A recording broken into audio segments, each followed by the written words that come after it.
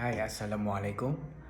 Today, my group will be presenting our research title, The Influence of BNPL Usage and Financial Literacy on Spending Behavior Among Malaysian Workers. My name is Muhammad Aizat and I will be presenting the introduction, background, problem statement, research objective, hypothesis and literature review. First, let me explain what Buy Now Pay Later or BNPL is. BNPL is a payment method that allows consumers to purchase products immediately and pay for them later through installments, usually without interest. In recent years, BNPL has become increasingly popular in Malaysia because it offers convenience and flexible payment options. According to the Ministry of Finance, the number of BNPL users increased from 2.6 million in 2023 to 7.5 million by the end of 2025. At the same time, outstanding BNPL financing reached 4.9 billion ringgit Malaysia. Although overdue repayments remain relatively low, the rapid growth of BNPL has raised concerns about overspending and financial management. Another issue is financial literacy. Only about 36% of Malaysians have a good understanding of basic financial concepts such as interest rates and inflation. And next, the problem statement. The main problem is that BNPL makes shopping easier, but it may also encourage consumers to spend more than they can actually afford. Many people focus only on the small monthly installment instead of the total cost of the product. This often leads to impulsive purchase and higher financial commitments. Malaysian workers are especially important to study because they have stable incomes but also regular financial responsibilities. Therefore, this study aims to determine whether BNPL usage and financial literacy influence the spending behavior of Malaysian workers. Besides that, the research objectives. What I want to tell about the research objective, which is our study has three research objectives that we find. The first objective is to examine the relationship between BNPL usage and spending behavior. And the second objective is to examine the relationship between financial literacy and spending behavior.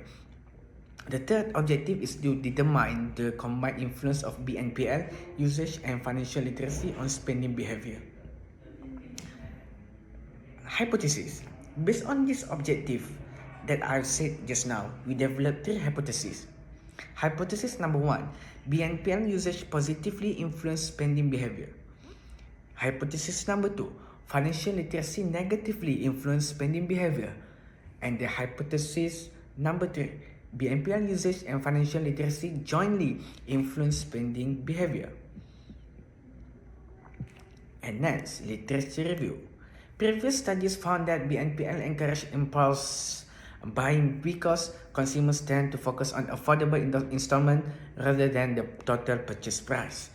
On the other hand, financial literacy is generally believed to help individuals make better financial decisions and control unnecessary spending. This study is based on the theory of planned behavior, which explains how attitudes and perceived behavioral control influence people's decisions and actions. That concludes my part. I will now hand over the presentation to presenter number 2, which is my friends, who will explain the research methodology and findings. Please, thank you. Hi, my name is Muhammad Adli. Okay, now I will explain the research methodology and the main finding of our study. Research methodology. The study adopt a quantitative cross-sectional research design. Data were collected using an online questionnaire through Google Form. We obtain response from 50 Malaysian workers aged 18 years and above from different employment sector, including government, private, self-employed, and the others. The questionnaire consists of demographic question and three main variables. First, BNPL usage, financial literacy, spending behavior. All items were measured using 5-point Likert scale. The collect data were analyzed using descriptive statistics, Cronbach alpha, Pearson correlation, and multiple regression analysis.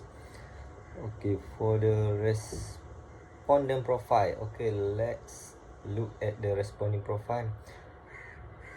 Out of the 15 respondents, 15% were female. Most respondents were between 26 and 35 years old. 82% earn 4,000 or below per month. 58% had previously used buy now pay later service. Among the variable, final literacy record the highest average score, followed by spending behavior and buy now pay later usage. Reliability and correlation. The reliability tests show excellent internal consistency.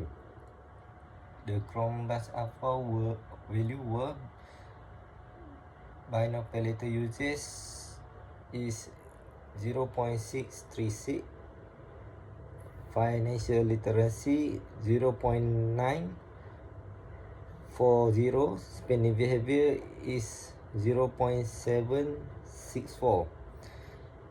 This result indicate that our questionnaire is reliable. The Pearson correlation analysis also found a moderate positive relationship between buy now pay later usage and spending behavior.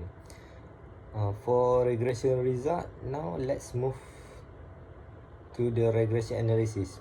The regression and model was statistically significant and explained approximately 0.2% of the variation in spending behavior. The results show that buy now pay later usage was a significant positive predictor of spending behavior, with a beta value of 0.479 and a p-value of 0.001. However, financial literacy was not a significant predictor because its p-value was 0.255. Okay, that is all from me. Now I will pass to the presenter 3 for the discussion, recommendation and conclusion. Okay, thank you. Thank you, Adeli. Now I will present the discussion, recommendation, limitation and conclusion of our research. For discussion, based on our finding, BNPL usage has a significant positive influence on spending behaviors among Malaysian workers. This means that the more frequently people use BNPL, the more likely they are to make unplanned or impulse purchase. Interestingly, although respondents demonstrate relatively high financial literacy, it did not significantly reduce spending behavior. This suggests that knowledge alone may not be enough to prevent overspending when consumers are attracted by convenience installment payment.